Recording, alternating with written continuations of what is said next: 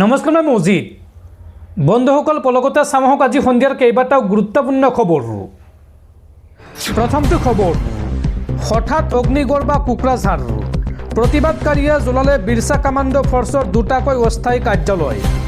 গৰু চোৰৰ সন্দেহত দুটাকৈ ফৈদৰ মাজত হৈছিল প্ৰচণ্ড মাৰপিটৰ ঘটনা আৰু এই ঘটনাত দুজন লোকৰ মৃত্যু হৈছে আৰু তাৰ পিছতে ৰাজপথলৈ ওলাই আহিছে হাজাৰ হাজাৰ প্ৰতিবাদকাৰী। আৰক্ষী থানাও লক্ষ্য কৰি লয় প্ৰতিবাদকাৰীয়ে আৰু প্ৰতিবাদকাৰীক নিয়ন্ত্ৰণ কৰিবলৈ আৰক্ষীয়ে গুলীচালনা কৰিবলৈ বাধ্য হয় আৰু পৰিস্থিতি নিয়ন্ত্ৰণ কৰিবলৈ লাঠিচালনাও কৰে আৰু শেহতীয়াকৈ অনিৰ্দিষ্ট কাললৈ মোবাইল ইণ্টাৰনেট সেৱা বন্ধ কৰা হৈছে কোকৰাঝাৰত। সমগ্ৰ কোকৰাঝাৰ জিলাত কৰ্তন কৰা হৈছে মোবাইল ইণ্টাৰনেট সেৱা। হঠাৎ ভয়ংকৰ হৈ পৰিছে কোকৰাঝাৰৰ পৰিস্থিতি। কোকৰাঝাৰত মৰিয়াই দুজন ব্যক্তিক হত্যা কৰাৰ পাছতেই অশান্ত জৰ্জৰ পৰিস্থিতিয়ে বিৰাজ কৰিছে কোকৰাঝাৰত। গৰু চোৰৰ সন্দেহত দুটাকৈ ফৈদৰ মাজত হৈছিল মাৰপিটৰ ঘটনা আৰু এই ঘটনাত সোমবাৰে প্ৰাণ হেৰুৱাইছিল চিকনা জহৌল আৰু বিস্মিত নামৰ দুজন ব্যক্তিয়ে। এই ঘটনাত আঘাতপ্ৰাপ্ত হৈছিল সুনীল মুৰ্মু আৰু লগে লগে সুনীলক হাস্পাতালত ভৰ্তি কৰোৱা হৈছিল যদিও গুৰুতৰভাৱে আঘাতপ্ৰাপ্ত সুনীলৰ মঙলবাৰে হাস্পাতালতে মৃত্যু হয় আৰু কোকৰাঝাৰৰ এই গণপ্ৰহাৰৰ ঘটনাক লৈ ৰাজপথলৈ ওলাই আহিছে হাজাৰ হাজাৰ লোক।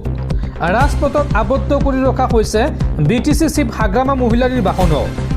প্ৰতিবাদকাৰীয়ে ইতিমধ্যে জ্বলাই দিছে আদিবাসী সাংস্কৃতিক ভৱনো। উত্তপ্ত জনতাই ভাঙি লণ্ডভণ্ড কৰিছে কেইবাখনো ব্যৱসায়িক প্ৰতিষ্ঠান আৰু শেহতীয়াকৈ পৰিস্থিতি উত্তপ্ত হৈ পৰাত প্ৰতিবাদকাৰীয়ে আক্ৰমণৰ লক্ষ্য কৰি লৈছে আৰক্ষী থানাও। বিৰছা কামাণ্ডো ফৰ্চৰ দুটাকৈ অস্থায়ী কাৰ্যালয়তো অগ্নিসংযোগ কৰিছে প্ৰতিবাদকাৰীয়ে আৰু বৰ্তমানলৈকে এই ঘটনাত জড়িত 29গৰাকী লোকক আটক কৰিছে আৰক্ষীয়ে। পৰিস্থিতি নিয়ন্ত্ৰণ কৰিবলৈ আৰক্ষীয়ে শূন্যলৈ গুলীচালনা কৰিছে আৰু শেহতীয়াকৈ অনিৰ্দিষ্ট কাললৈ মোবাইল ইণ্টাৰনেট কৰ্তন কৰা হৈছে। সমগ্ৰ কোকৰাঝাৰ জিলাতে কৰ্তন কৰা হৈছে মোবাইল ইণ্টাৰনেট সেৱা। হিংসাত্মক পৰিস্থিতি নিয়ন্ত্ৰণ কৰিবলৈ এই পদক্ষেপ গ্ৰহণ প্ৰশাসনৰ। পৰৱৰ্তী খবৰ, অসমত বিজেপিয়ে পুনৰ চৰকাৰ গঠন কৰিব। মোদী আৰু নীতিন নবীনৰ নেতৃত্বত পশ্চিমবংগতো এইবাৰ পদুম ফুলিব।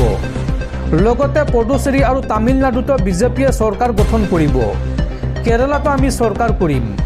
26ৰ নিৰ্বাচনৰ পূৰ্বে এই মন্তব্য জ্যেষ্ঠ বিজেপি নেতা তথা বিজেপিৰ প্ৰাক্তন ৰাষ্ট্ৰীয় অধ্যক্ষ JP নাড্ডাৰ।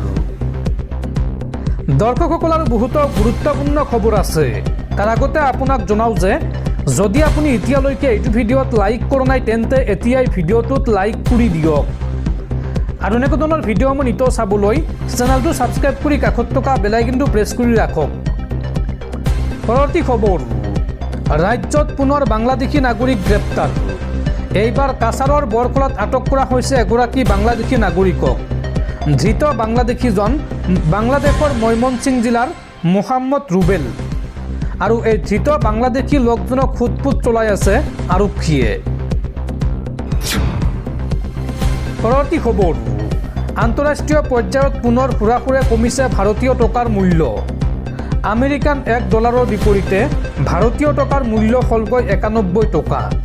নতুন বছৰত কিমান হ্ৰাস পালে ভাৰতীয় টকাৰ মূল্য চাওঁ আহক। আমেৰিকান ডলাৰৰ তুলনাত ভাৰতীয় মুদ্ৰাৰ মূল্যৰ বৃহৎ পতন ঘটিছে। ভাৰতীয় মুদ্ৰাৰ মূল্য $1 মাৰ্কিন বিপৰীতে প্ৰায় 91 টকা হৈছেগৈ।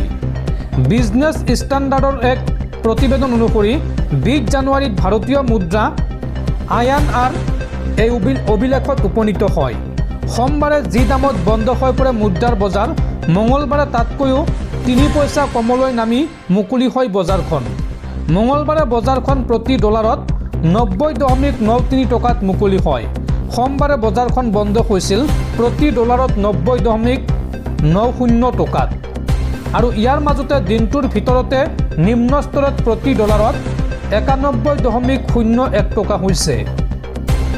প্ৰতিবেদন অনুসৰি বিদেশী বিনিয়োগৰ ধাৰাবাহিক বহিৰ্প্ৰৱাহ আৰু আন্তঃৰাষ্ট্ৰীয় বাণিজ্যত অস্থিৰতাৰ বাবে ডলাৰৰ বিপৰীতে ভাৰতীয় মুদ্ৰা ক্ৰমান্বয়ে দুৰ্বল হৈ আহিছে আৰু সোমবাৰে নতুন অভিলেখ সৃষ্টি কৰি ভাৰতীয় মুদ্ৰাৰ মূল্য হ্ৰাস পায়। ভাৰতীয় মুদ্ৰা 12 পইচা হ্ৰাস পোৱাৰ পিছত প্ৰতি ডলাৰত 90.90 টকাত বন্ধ হৈ পৰে। যিটো ভাৰতীয় মুদ্ৰাৰ ৰেকৰ্ড ক্লোজিং লেভেলৰ অতি ওচৰত। উল্লেখযোগ্য যে ইয়াৰ পূৰ্বে 2025 চনৰ 16 ডিচেম্বৰত ভাৰতীয় মুদ্ৰাৰ অভিলেখ পতন দেখা গৈছিল। সেইদিনা ভাৰতীয় মুদ্ৰা প্ৰতি ডলাৰত দিনটোৰ ভিতৰত 91.14 টকালৈ হ্ৰাস পাইছিল আৰু বন্ধ হৈছিল 90.93 টকাত। বৈদেশিক মুদ্ৰাৰ বজাৰ বিশেষজ্ঞসকলে এই সন্দৰ্ভত কয় যে বৈদেশিক আৰু আন্তঃৰাষ্ট্ৰীয় বজাৰৰ পৰিস্থিতিৰ বাবে এতিয়া মুদ্ৰাৰ মূল্য ক্ৰমান্বয়ে হ্ৰাস পোৱাৰ সকলো সম্ভাৱনা আছে। গ্ৰীণলেণ্ডক লৈ ইউৰোপীয় দেশসমূহৰ সৈতে গুৰুতৰ বিবাদ আৰম্ভ হৈছে আমেৰিকাৰ ৰাষ্ট্ৰপতি ডনাল্ড ট্ৰাম্পৰ। শুল্ক আৰোপ কৰাৰ সকিয়নি দিছে তেওঁ আৰু এই পৰিস্থিতিক লৈ সমগ্ৰ বিশ্বৰ বিনিয়োগকাৰী চিন্তিত।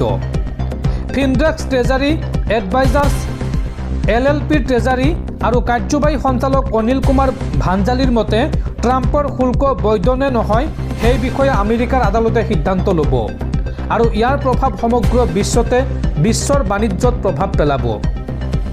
এতিয়া সকলো বজাৰে অধিক বিপদত পৰিছে, যাৰ বাবে সোণ আৰু ৰূপত বিনিয়োগ বৃদ্ধি পাইছে। উল্লেখযোগ্য যে 2025 চনৰ পৰা ভাৰতীয় মুদ্ৰাৰ মূল্য ক্ৰমান্বয়ে হ্ৰাস পাই আহিছে। যোৱা এটা বছৰত ভাৰতীয় মুদ্ৰা 6% হ্ৰাস পাইছে। 2025 চনৰ ডিচেম্বৰ মাহত ভাৰতীয় মুদ্ৰাই প্ৰথমবাৰৰ বাবে 90 টকাৰ সীমা অতিক্ৰম কৰিছিল আৰু সেই বছৰতে ভাৰতীয় শ্বেয়াৰ বজাৰৰ পৰা অভিলেখ পৰিমাণৰ বিদেশী বিনিয়োগ ওলাই গৈছিল। 2026 চনত এতিয়ালৈকে ভাৰতীয় মুদ্ৰাৰ মূল্য প্ৰায় 1% হ্ৰাস পাইছে। পৰৱৰ্তী খবৰ, অসম কোঅপাৰেটিভ এপেক্স বেংকৰ কোটিটকীয়া ঋণ কেলেংকাৰীক লৈ CBIৰ তদন্ত তীব্ৰতৰ হৈছে। পূৰ্বে সাৰদা কেলেংকাৰীৰে জড়িত ৰাজেশ বাজাজৰ বাসগৃহত CBIৰ তালাচী। অসম কোঅপাৰেটিভ এপেক্স বেংকৰ কোটিটকীয়া ঋণ কেলেংকাৰীক লৈ তদন্ত তীব্ৰতৰ হৈছে। এই কেলেংকাৰীত অভিযুক্ত ব্যৱসায়ী ৰাজেশ বাজাজৰ মহানগৰীৰ সৰুমতীয়াৰ বাসগৃহত কেন্দ্ৰীয় তদন্তকাৰী সংস্থা CBIয়ে অভিযান চলাইছে। এই কেলেংকাৰীত বেংকৰ শীৰ্ষ পৰ্যায়ৰ বিষয়াসকল জড়িত থকাৰ সন্দেহ উত্থাপিত হৈছে। CBIয়ে অভিযানকালত বেংকিং লেনদেন, নথিপত্ৰ আৰু সম্পত্তি সম্পৰ্কীয় গুৰুত্বপূৰ্ণ তথ্য সংগ্ৰহ কৰি থকা বুলি জানিব পৰা গৈছে। উল্লেখযোগ্য যে অসম কোঅপাৰেটিভ এপেক্স বেংকৰ সৈতে জড়িত এক বৃহৎ বেংক জালিয়াতিৰ বিস্ফোৰক তথ্য পোহৰলৈ আহিছিল। অভিযোগ অনুসৰি এপেক্স বেংকৰ অধ্যক্ষ বিশ্বজিৎ ফুকনৰ ঘনিষ্ঠ বুলি পৰিচিত এগৰাকী ব্যৱসায়ী ৰাজেশ বাজাজে বেংকৰ পৰা মুঠ 20 কোটি 30 লাখ টকা ঋণ লাভ কৰিছিল। সাৰদা কেলেংকাৰীত নাম সাঙুৰ খোৱা এগৰাকী ব্যক্তিক ৰিজাৰ্ভ বেংকৰ নিৰ্দেশনা উলংঘা কৰি এই বৃহৎ অংকৰ ঋণ প্ৰদান কৰা হৈছিল বুলি সেই সময়ত অভিযোগ উত্থাপন হৈছিল। সূত্ৰ অনুসৰি এটা সংঘবদ্ধ চক্ৰৰ জৰিয়তে সেই সময়ত ৰাজেশ বাজাজে উক্ত 20 কোটি টকাৰ ঋণ লাভ কৰিছিল। কিন্তু পৰৱৰ্তী সময়ত বেংকক এই ধন ঘূৰাই নিদিয়াৰ ফলতেই এপেক্স বেংক আৰ্থিক সংকটত পৰি দেউলীয়া অৱস্থালৈ গতি কৰিছিল। ইফালে CBIৰ অভিযান ইতিমধ্যে সমাপ্ত হৈছে আৰু সমগ্ৰ কেলেংকাৰী সন্দৰ্ভত অধিক তথ্য প্ৰকাশ পাব বুলি আশা কৰা হৈছে। এটা ৰঙা ৰঙৰ বেগত নথিপত্ৰসমূহ লৈ গৈছে তদন্তকাৰী দলটোৱে।